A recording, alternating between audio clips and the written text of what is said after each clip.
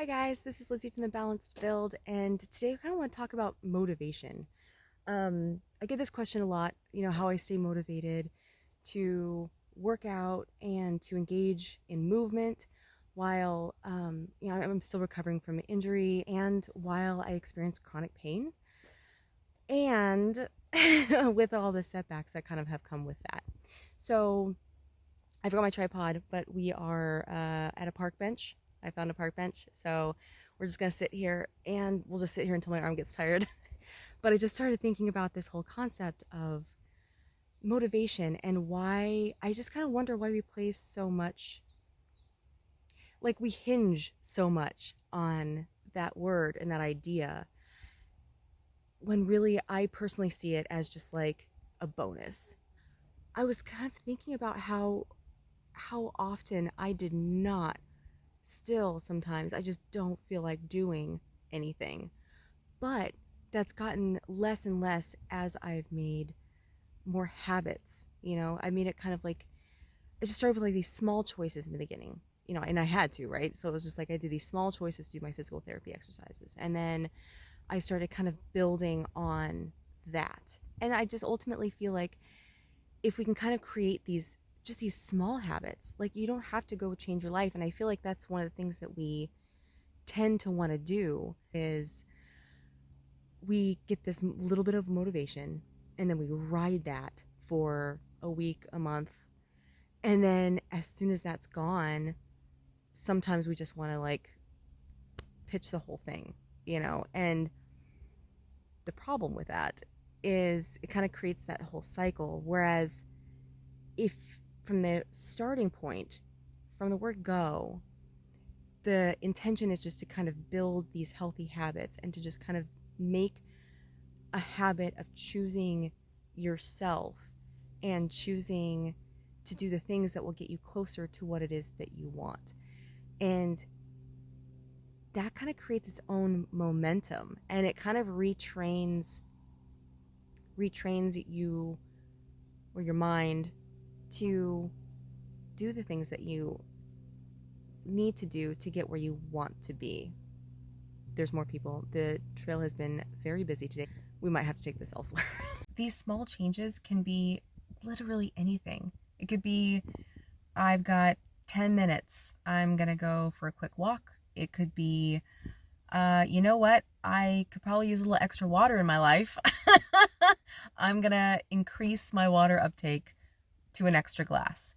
It could be, you know what I'm saying? It could be like these little things, but you just kind of get into this habit of making these choices for yourself.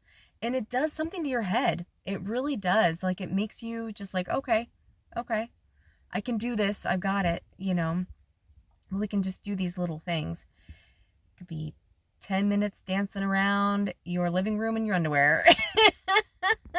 Just pick some movement. It doesn't have to be crazy. Even when dealing with setbacks, even dealing with, there have been times where I've had to kind of reassess and kind of approach things a little differently.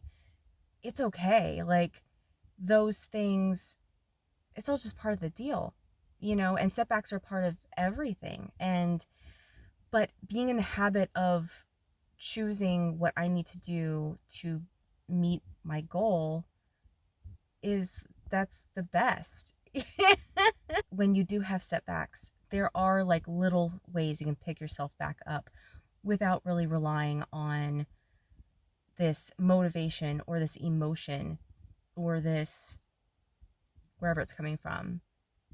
Instead of relying on that, having the confidence in yourself to know that you've already made small choices before that worked well and you have the power to do it again and the ability to do it again.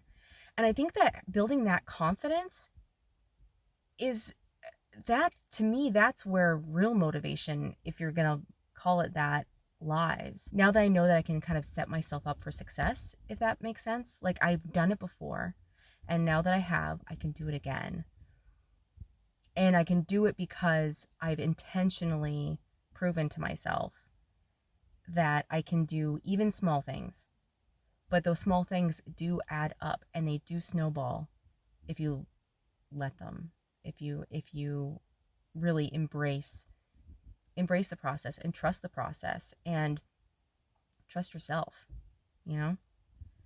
I'm sure a lot of this is going to sound cheesy as hell, but but honestly, knowing that you can do it and setting yourself up in such a way that you've proven to yourself that you can do it, then it's absolutely repeatable.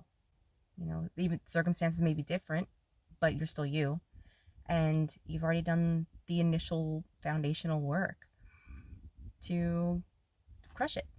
And the coolest thing is that so much can be modified. Like everything can be modified. You find something that you really enjoy or that you're nervous to try, and it can be, it's look into like the beginner things. Look into how to modify it to make it accessible to you and to where you are in your body.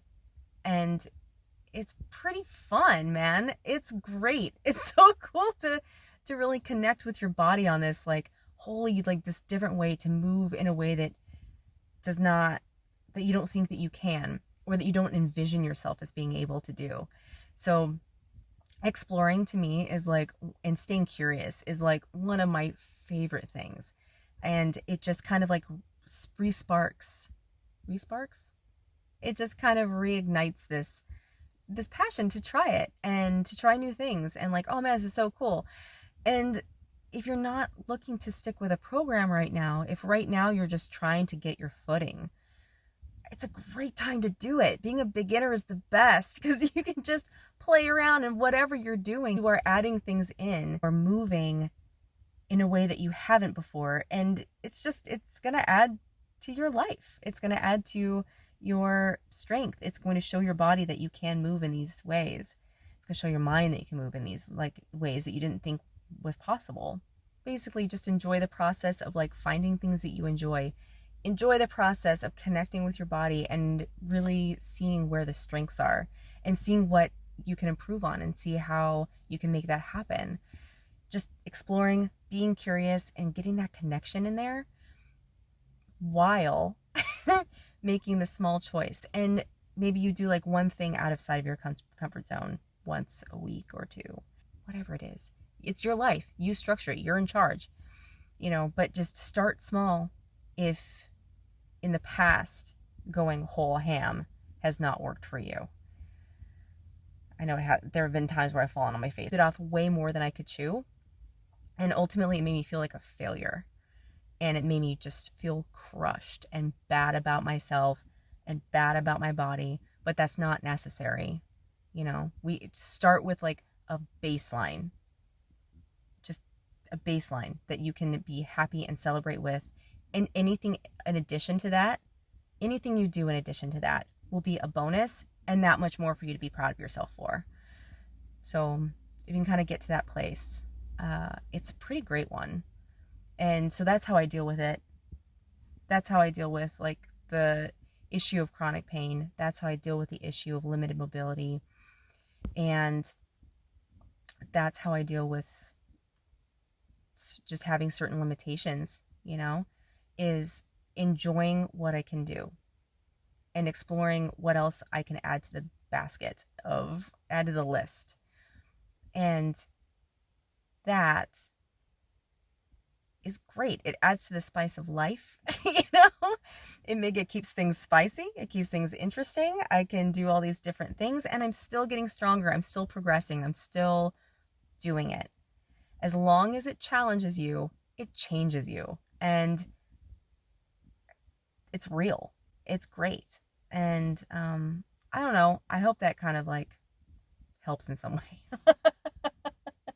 But this is how I deal with it. And this is how it's not motivation. It's keeping myself interested. It's keeping me happy.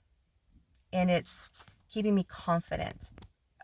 We have to cherish our bodies. We have to. And I mean, I guess we don't have to. I'm not your mom. But we just need to take care of ourselves.